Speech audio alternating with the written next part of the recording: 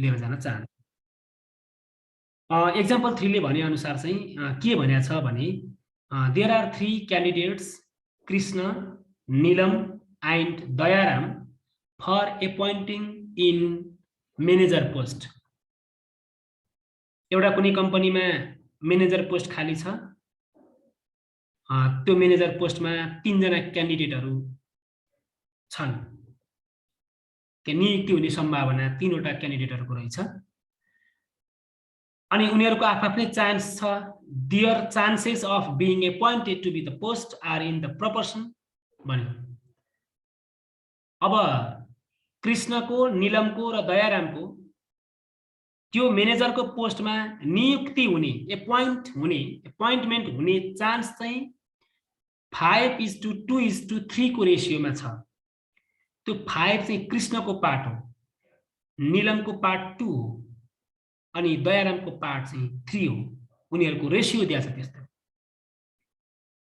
हेर्नुस् त, उनीहरूको एपोइन्टमेन्ट हुने, म्यानेजर पोस्टमा नियुक्ति हुने चान्स चाहिँ रेसियोमा दिएको छ भन्न खोजेँ मैले। प्रोबेबिलिटी चाहिँ रेसियोमा दियो। अनि अर्कोमा के भन्छ, अब हामी यहाँतिर पुग्यौँ, यहाँतिरबाट पढ्न सुरु गरिरहेका छौँ। The chances of increasing staff salary, जहाँ पनि त्यही हुँदो रहेछ कि अब म्यानेजर राम्रो आइदियो भने तलब बढाइदिन्छ कि भन्ने आशा, म्यानेजर राम्रो आयो भने तलब बढाइदिन्छ कि भन्ने आशा हुँदो रहेछ जहाँ पनि। अनि अरू पछाडि काम गर्ने स्टाफहरूलाई त तलब बढाइदिन्छ कि भन्ने आशा पालेर बसेका छन्। अनि the chance of increasing salary, staff salary after their appointment are कृष्णको म्यानेजर पोस्टमा नियुक्ति भयो भने तलब बढ्ने सम्भावना 0.8, द्याट मिन्स 80% छ। नीलम चाहिँ नियुक्ति भएर आए भने उनले तलब बढाउने चान्स चाहिँ 50% छ। दयाराम आए भने चाहिँ 30% छ। नाम मात्रै दयाराम, काम चाहिँ 30%। दया नगर्ने रहेछन्। हेर्नुहोस् त, अब अहिलेसम्मको 3 वटा क्यान्डिडेटहरू म्यानेजर पोस्टमा नियुक्ति हुने सम्भावना दियो, 3 वटा डाटा दियो र उनीहरू आए भने स्टाफको स्यालेरी बढ्ने चान्स कति छ भन्ने पनि दियो। त्यो स्टाफको स्यालेरी चाहिँ उतापट्टिको डिफेक्टिभ आइटम जस्तो हो, न्यू सेमेस्टर सिस्टम आएको भने जस्तो हो। त्यो चाहिँ अब इफ द स्यालेरी इज इन्क्रिज्ड, ल स्यालेरी बढ्यो, ज्यापै बढेछ। ल 3टा मध्ये को आयो हामीलाई थाहा छैन है। फेरि अहिले 3 जना मध्ये 1 जना आयो, 3 जनाको प्रोबेबिलिटी छ। 3 जना मध्येको आफ्नै तलब बढ्ने सम्भावना पनि थियो, किनभने तलब बढ्न त 3टा मध्ये जो आए पनि तलब बढ्ने सम्भावना त छ नि। धेर थोर को छ त त्यहाँ त उनीहरूको, तर तलब बढ्ने सम्भावना त छ नि। तलब बढ्यो, स्यालेरी बढ्यो, त्यो भने डिफेक्टिभ आइटम आयो छान्दा भने जस्तो हो। त्यो तलब बढेको अवस्थामा स्यालेरी बढेको चाहिँ कृष्णले गर्दा बढ्ने सम्भावना कति, नीलमले गर्दा कति, दयारामले गर्दा कति, 3टैको निकाल्न सक्छौँ। तर यो क्वेसनमा चाहिँ के सोधेछ, what is the probability that the manager appointed was Neelam, एउटाको मात्रै सोध्यो क्या, छोटो। अब हामीले what is the probability that the manager appointed was Krishna भन्न सक्छौँ, वाज दयाराम भन्न पनि सक्छौँ। हाम्रो अघिल्लोमा 3टैको क्याल्कुलेसन गरेका थियौँ, कति 3टैको निकाल्नु भनेर यहाँ चाहिँ एउटाको मात्रै सोधेको रहेछ। ल हेर्नुहोस्, अब यसलाई मैले सरर भने त्यहाँ नपढिकन आफैले मौलिक पारामा बुझेको तरिकामा मैले भन्न खोजेको चाहिँ कुनै पनि अफिसमा म्यानेजर पोस्ट खाली छ, त्यहाँ नियुक्तिका लागि 3 जना क्यान्डिडेटहरू तयार छन् अनि 3 जना मध्ये कृष्ण भन्ने व्यक्तिको नियुक्ति हुने सम्भावना, नीलमको र दयारामको नियुक्ति हुने सम्भावनाको प्रोबेबिलिटी चाहिँ हामीलाई रेसियोमा दिएको छ। अनि स्टाफको स्यालेरी बढ्ने सम्भावनाको अर्को एउटा इभेन्ट जेनेरेट गरेका छौँ यहाँ। स्टाफको स्यालेरी बढ्ने चान्स कृष्ण आयो भने 0.8, नीलम आयो भने 0.5 अनि दयाराम आयो भने 0.3 त्यो पनि दिएको छ। अब स्यालेरी बढ्यो, यो चाहिँ गिभन कन्डिसन हो क्या। कन्डिसनल प्रोबेबिलिटीमा त एउटा कुनै न कुनै कन्डिसन दिनुपर्छ भने हैन त। स्यालेरी बढ्यो, ल हेर्नु न, कन्डिसनल प्रोबेबिलिटी भनेको अब यस्तो सोशल केसहरू जुनसुकै अफिसमा यो कन्डिसन त हुन्छ नि, तल बढ्ने घट्ने सबै। त्यसर्थ म्याथमेटिक्स कम्स फ्रम सोसाइटी भनेको कारण त्यही यो त हाम्रो जहाँ पनि हुन्छ। तर म्याथमेटिकल पोइन्ट अफ भ्यूबाट, बेस थ्योरमको पोइन्ट अफ भ्यूबाट पो हामीले अहिलेसम्म डिस्कस नगर्या। त्यसरी क्यालकुलेसन गर्न सकिने रहेछ भने स्यालेरी पनि बढ्यो। त्यो स्यालेरी बढेको चान्स कृष्णको कारणले बढेको चान्स कति, निलमको कारणले बढेको चान्स कति, अनि दयारामको कारणले बढेको चान्स कति भनेर निकाल्न सक्छौँ। यहाँ चाहिँ निलमको मात्रै सोधेको छ। अब हामी अगाडि बढौँ है त।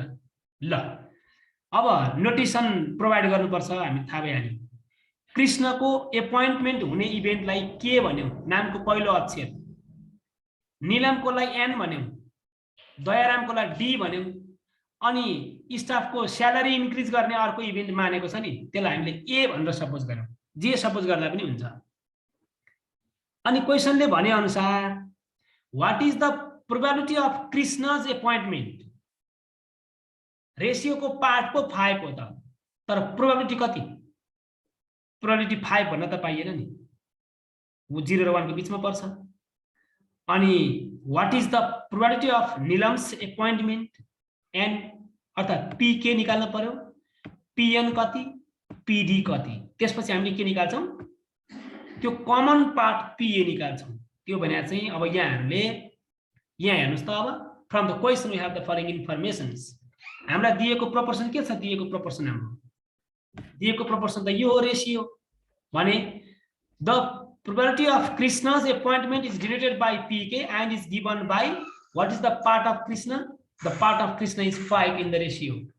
So required probability is given by 5 divided by sum of ratio. ल हेर्नु त, सम अफ रेसियो भने त हाम्रो स्याम्पल स्पेसको भ्यालु मान्छौँ हामी त्यसलाई। पीके भने चाहिँ 5/5 + 2 + 3 आयो भनेपछि 0.5 आयो। ल 1/2 हुनेको काट्दाखेरि 0.5 आयो। अनि प्रोबेबिलिटी अफ यन चाहिँ कति त भन्दा निलमको चान्स कति हो, 2 छ। 2 भाइ टोटल त सबैमा त्यही हो, फेरि 0.2 आयो। अनि दयारामको चान्स चाहिँ 3 छ, रेसियोको पार्ट हाम्रो 3 छ यो, अनि टोटल कति त भन्दा यो भयो 0.3 आयो। तपाईको यो जोड्दाखेरि 1 हुन्छ टोटल ए। यति त दियो, फेरि स्यालेरी बढ्नु पर्यो नि। स्यालेरीलाई हामीले किन जनाएका छौँ, ए ले कृष्णको कारणले स्यालेरी बढ्ने सम्भावना कति छ, कृष्ण आयो भने, त्यही भएर गिवन द सेट पछाडिको चाहिँ गिवन भन्न मानेको छ। यहाँ कृष्ण आए भने स्यालेरी बढ्ने चान्स 0.8, निलम आए भने स्यालेरी बढ्ने चान्स 0.5, दयाराम आए भने स्यालेरी बढ्ने चान्स 0.3। अब नेपालीमा यसो गफ गर्दा यसरी भनियो, भन्ने चाहिँ कसरी त, the probability of increasing salary given the appointment of Krishna, probability of increasing salary given that the appointment is or the new manager is Nilam bhane नि भयो, probability of increasing salary given that the new manager is Dayaram हो। यसरी हामीले conditional फर्ममा लेख्यौं।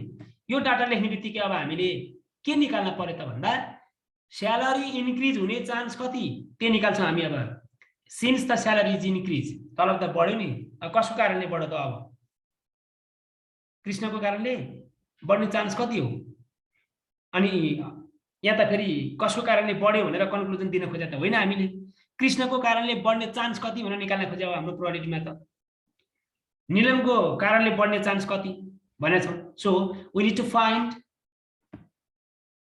यो एउटा मात्रै सोधेको छ, निलमको मात्रै सोधे भएर the probability of the new manager given that the salary is increased भन्यो। त्यो चाहिँ अब स्यालेरी इन्क्रिज भएको भन्ने कन्डिसन गिवन माने, त्यही भएर हामी पछाडि ए राख्यौं। यी तर कसको कारणले बढा चान्स निकाल्नु छ भन्दा यन निलमको कारणले।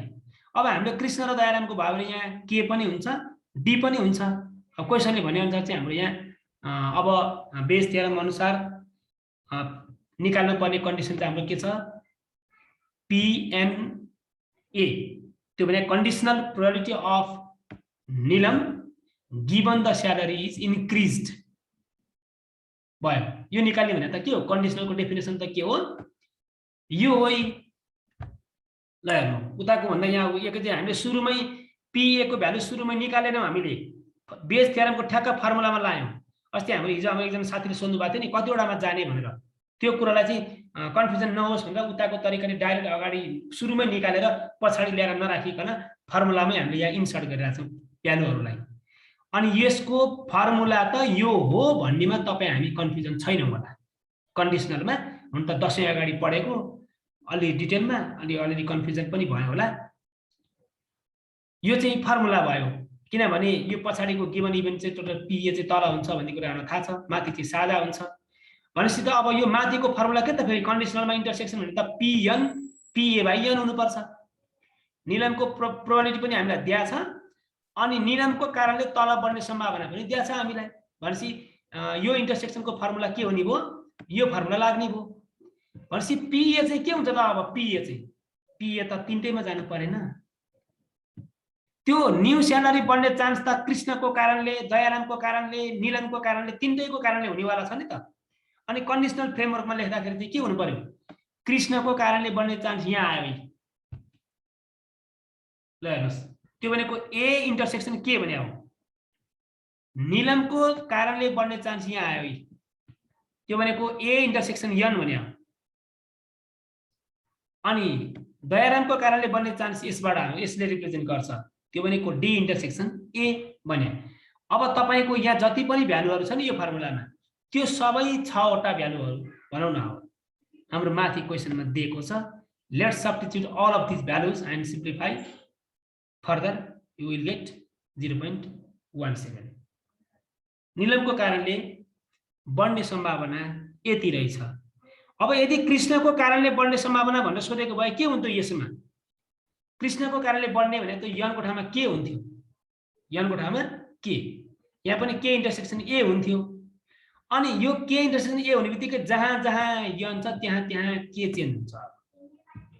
तर यो तलको यो पार्ट कहिल्यै पनि चेन्ज हुँदैन, सबैमा त्यही हुन्छ। माथि मात्रै चेन्ज हुने हो, यहाँ के आउँछ यहाँ के आउँछ। अनि पी के र पी ए बाई के त हामीलाई दिएको छ नि। अनि यदि दयारामको कारणले भने भए के हुन्थ्यो, यहाँ डी हुन्थ्यो, पी डी ए, यहाँ डी आउँथ्यो। डी आएपछि नि यो पार्ट चाहिँ सबै त्यही हुन्छ, चेन्ज हुने कहाँ यो पार्टमा हो। अनि दयारामको डाटा यहाँ राख्ने बित्तिकै दयारामले गर्दा बढेको सम्भावना पनि आउँछ। यसरी हामीले बेस थ्योरमलाई एप्लाई गर्ने प्रयास गर्यौं तीनवटा एक्जाम्पलबाट। यो तीनवटा एक्जाम्पलबाट चाहिँ हजुरहरुलाई मैले के अनुरोध गरेँ भने अहिले प्रस्तुत गरेका तीनवटा एक्जाम्पलबाट चाहिँ यस्ता यस्ता खालका प्रब्लमहरुलाई यो मोडालिटीमा सोध्दो रहेछ, यसरी हामी सेल्फ क्याल्कुलेसन गर्न सक्ने रहेछौं भन्ने तरिकाले यहाँले बुझ्नु नै हुनेछ। यो सरसर्ती भन्दा त बुझिन्छ हैन। अब कुनै प्रब्लम र्यान्डमली दियो भने यो त अर्काले गाको भजन सुन्न मजा आउँछ भने जस्तो बुझिन्छ रे के। गीत झिक्नेले गीत झिक्दियो भने बीचमा छेउछेउमा बसेर स्वर थप्न सजिलो हुन्छ रे के। यसो मुख चलाइदिए भयो, आवाज निकाल्दिए भयो। तर गीतै झिक्न पर्यो भने के गर्ने, अब गीत झिक्नेहरुको ठाउँमा गाएको ठाउँमा स्वर भर्दिन त सजिलो हुन्छ, यो चाहिँ स्वर भर्दै जस्तो भयो। यो चाहिँ यहाँ सोलुसन गरेको प्रब्लमलाई पढ्दाखेरि सरसर्ती हेर्दा के गाह्रो छ र भने जस्तो भएको हो। अब कुनै कुनै प्रब्लमहरु ठ्याक्क र्यान्डमली तपाईलाई प्रब्लम दियो भने तपाईले बेस थ्योरमकै फ्रेमवर्कबाट अगाडि कसरी बढ्ने, कसरी आइडेन्टिफाई गर्ने, क्वेशन कसरी बुझ्ने भन्ने सन्दर्भमा तपाईहरुको त्यो प्रब्लम छ। त्यसको लागि चाहिँ अघि साथीले भन्नुभएको थियो प्र्याक्टिस पनि चाहिन्छ। हामी अर्को एउटा प्रब्लमलाई र्यान्डमली भोलि तपाईहरुलाई मैले यो प्रेजेन्टेसन क्वेशन यहाँ मैले अहिले टाइप गरेको छैन। अब क्वेशन टाइप नगरेपछि सानो बोर्डमा यति लामो क्वेशन लेख्दाखेरि त अब कतिचोटि मेट्नु। क्वेशन चाहिँ भोलि म टाइप गरेर यहाँहरुलाई सो गर्छु, यहाँहरुले कपी गर्नुहुन्छ। त्यही क्वेशनलाई चाहिँ मैले व्हाइट बोर्डमा यसरी यसरी हामी नोटिफाई गरे भनेर हामी रिप्रेजेन्ट गर्छौं, त्यसरी सोलुसन पनि गर्छौं। र यहाँहरुलाई अब आजको क्लासमा अब एक अनुसार चाहिँ अब हाम्रो लगभग स्लाइड प्रेजेन्टेसन फर्स्ट च्याप्टरका लागि मैले गर्ने स्लाइड प्रेजेन्टेसन चाहिँ यति नै हो। अब यहाँहरुले किताबमा भएको एक्सरसाइज 1A अनि एक्सरसाइज 1B र एक्सरसाइज 1C, यो 1C मा चाहिँ हाम्रो यहाँ अहिलेको बेस थ्योरमहरु छ, कन्डिसनल प्रोबेबिलिटीका एक्सरसाइज यसमा छ। अनि जनरल टाइपका प्रोबेबिलिटीका प्रब्लमहरु चाहिँ यसमा छ। पक्कै पनि यो एक्सरसाइजहरु पनि यहाँहरूले गरिरहनु भएको छ भन्ने अपेक्षा छ। टेक्स्ट बुकबाट यो एक्सरसाइजहरु मजासँग यहाँहरूले गर्नु होला। नमिलेदेखि त हामी छँदैछौँ, छलफल गरौँला। यसरी हाम्रो स्लाइड प्रेजेन्टेसन सकिन्छ। तैपनि हामी 2 दिन चाहिँ टाइम दिन्छौँ अझ, किनभने नि भोलि एउटा प्रब्लमलाई व्हाइट बोर्डमा हामी सोल्युसन गर्छौँ, किनकि त्यसबाट झनै क्लियर हुन्छ। यही तरिकाले गर्छौँ। अनि भोलि भ्याइएन भने पर्सि एक दिन चाहिँ यही प्रब्लमलाई हामीले ट्री डायग्राम बनाएर, एउटा वृक्ष चित्र भन्छौँ नि हामी, ट्री डायग्राम बनाएर कसरी प्रेजेन्ट गर्न सक्छौँ, कसरी सोल्युसन गर्छौँ, त्यो झन् सजिलो हुन्छ। त्यसबाट झन् सजिलो हुनु हुनाले त्यो चाहिँ अर्को एक दिन चाहिँ 2टा एपिसोडमा मैले त्यो पनि यहाँहरूलाई गर्छु र भोलि र पर्सिमा फर्मल्ली हाम्रो फर्स्ट च्याप्टर सकिन्छ। त्यसपछि हामी नयाँ च्याप्टर सुरु गर्नेछौँ। र अहिलेसम्मको कुराकानीहरू आजको क्लासमा यहाँहरूले को उपलब्धि के कस्तो रह्यो, अलिकति कन्फिडेन्स इन्क्रिज भएको छ कि छैन, बेस थ्योरममा सोध्ने प्रब्लमहरू को फ्रेमवर्क र स्ट्रक्चर कस्तो हुँदो रहेछ भन्ने कुराहरूमा यहाँहरूलाई केही कन्फ्युजन, जिज्ञासा, यहाँहरूको केही सोध्ने मन छ भने अब चाहिँ तपाईहरुको पालो भनेर मैले हजुरहरुलाई अनुरोध गरेँ। साथीहरुलाई के सल्लाह सोध्नु होला? सर हजुर भन्नुस् न। अस्ति हजुरले दशैं अगाडि दिनुभएको एक्सरसाइज थियो नि सर। हजुर हजुर। अब हुन चाहिँ खास त्यो एकदमै सिम्पल क्वेशन नै होला अरु साथीहरुको लागि त हैन। मेरो चाहिँ अब यहाँ पढाइ छोडेको पनि धेरै ग्याप भएर होला सर, मलाई बेसबाट अलिकति प्रब्लम भयो के। अब सोध्न पनि अप्ठ्यारो लागि सोध्दै छु। अहिले यहाँ टाइम भएको भएर मलाई क्वेशन नम्बर 12 बाट चाहिँ म अड्किरहेको थिएँ के सर। क्वेशन नम्बर 12 भनेपछि हजुरको कुन एक्सरसाइजको भन्ने कुरा चाहिँ अब मलाई याद भएन। बुक पनि यहाँ हजुरले दशैं अगाडि दिनु भएको थियो नि हामीलाई। ए त्यो खै पहिलो एक्सरसाइज पर्यो कि दोस्रो पर्यो कुन नि? मैले त्यो हेरौँला। तपाईले 12 नम्बर भन्नुभयो सायद यही ग्रुपमा माथि माथि पठाएको छ कि त्यो मैले यसरी हेर्छु कुन रहेछ। हजुरले भनेको क्वेशन मैले हेर्छु, भोलि यस्तो यस्तो भने रहेछ भनेर म हजुरलाई म भन्ने छु। अहिले चाहिँ मेरो बुक कतातिर परि छ, यहाँ दशैं अगाडि राखेको बुक खोज्या पनि छैन कुन चाहिँ र्याकतिर छ। बुक यहाँ मसँग छ, 1-2टा बुकहरु नै छ। यहाँहरूलाई प्रब्लम भयो भने अब 2-3टा पब्लिकेसनको बुकहरु ल्याएको छु मैले। प्रब्लमहरु हामीले एउटा मात्रै बुक रेफरेन्समा भन्छ। बेसबाट चाहिँ 7.5 को क्वेशन सेट अहिलेसम्म यो चाहिँ यहाँहरूलाई मैले सानो जानकारी गराएँ। अब हजुरले भन्नुभएको प्रब्लम चाहिँ एकचोटि मैले यहाँ हेर्छु। मैले त्यो फोटो पनि अब यहाँ खोज्दा गर्दा टाइम लाग्ला। मैले बुझेँ, पक्कै पनि मैले 1A जस्तो लाग्न चाहिँ, तर एकदमै सिम्पल प्रब्लमहरु होला सायद 1A मा त। तैपनि कन्फ्युजन त भयो हैन, कन्फ्युजन भएको कुरालाई क्लियर गरौँला। र अर्को कुरा हजुरले सोध्न चाहिँ फेरि कस्तो अप्ठ्यारो मानी सोधी भन्नुभयो क्या, मलाई चस्स भयो। सोध्ने अप्ठ्यारो मानेर हुँदै होइन हैन। तपाईले त्यो त हो सर। अब यो खास पढिरहनु भएको रेगुलर साथीहरुको लागि त यो त प्रब्लम सिम्पल नै हो नि त। मेरो चाहिँ बीचमा 6-7 वर्ष ग्याप भयो के, मलाई त बेस लेभल नै अलिकति गाह्रो जस्तो भयो। तपाईले जो क्वेशन सोध्नलाई चाहिँ अलिकति अप्ठ्यारो नमान्नुस् मात्रै भन्न खोज्या हो हामी। किनभने मजाले पढ्ने नि, किन के भएर हामी मजाले पढौँला, टेन्सन छैन। अब एक्जाम कहिले हो, सरसर्ती जाने हो भने कोर्स धेरै लाग्ने वालै छैन हैन। यसैले जाने एउटा पाठ त सकि त गयो, तर प्र्याक्टिस चाहिँ गर्नुपर्छ। यो चाहिँ मेरो तर्फबाट सक्या हो, हजुरहरुको तर्फबाट सिद्धिएको छैन हैन। हजुरहरुको तर्फबाट सक्नको लागि मैले अब बेला बेलामा ब्याक पनि हुन्छु, हजुरहरु यो गर्दै जानुहुन्छ। मैले अर्को नयाँ च्याप्टर युनिट सुरु गरेँ भने पनि यतापट्टिको हजुरहरुले गरिसकेपछि अलि अगाडिका च्याप्टरका एक्सरसाइज गरिन सकन्जेल अलि स्लोली जान्छु। यताको सकेपछि अनि उतापट्टि भुटुङटुङ जाने हो। तर तपाईहरुले गर्नु चाहिँ पर्छ है। फेरि एक्सरसाइज गर्न चाहिँ कन्जुसन नगर्नु होला। फेरि म जति एक्सरसाइज गरे पनि केही नबन्ने खालको मास्टर, केही भन्नै मन लाग्दैन के गर्ने। ल अब यहाँहरूलाई 3टा प्रब्लम मैले आज प्रेजेन्टेसन गरेँ। तैपनि एक प्रकारको ढाँचा काचा यहाँले बुझ्नुभयो। यो स्लाइड तपाईहरुले पाइसक्नु भएको छ, दोहोर्याएर पनि हेर्नु होला। अनि किताब छ भने किताबमा एक्जाम्पलहरु अगाडि छन्, वर्कआउट एक्जाम्पलहरु, त्यो कसरी सोलुसन गरेका छ त्यो पनि यहाँहरूले हेर्नुपर्ने हुन्छ। किनभने तपाईहरुको लेभलमा ब्याचलर लेभलतिर, यो मास्टर्स लेभलतिर गइसकेपछि धेरै क्वेशनहरु चाहिँ एक्जाम्पलतिरबाट फोकस गर्छ। एक्जाम्पललाई हामीले गाइड मानेर गयौं भने त्यो एक्जाम्पलमा पढेकै आधारमा एक्जाम्पलकै डिरेक्सन अनुसार एक्जाम्पलकै रिफरेन्समा चाहिँ उतापट्टि प्रब्लम राखेको हुन्छ एक्सर्साइजमा। एक्जाम्पलहरू डिटेलमा तपाईँहरूले गर्नुभयो भने पनि त्यसैको सपोर्टमा एक्सर्साइजहरू सबै गर्न सक्नुहुन्छ। कुनै कुनै नसकेला आफ्नो ठाउँमा छ, त्यो फेरि गरौँला, केही भएन।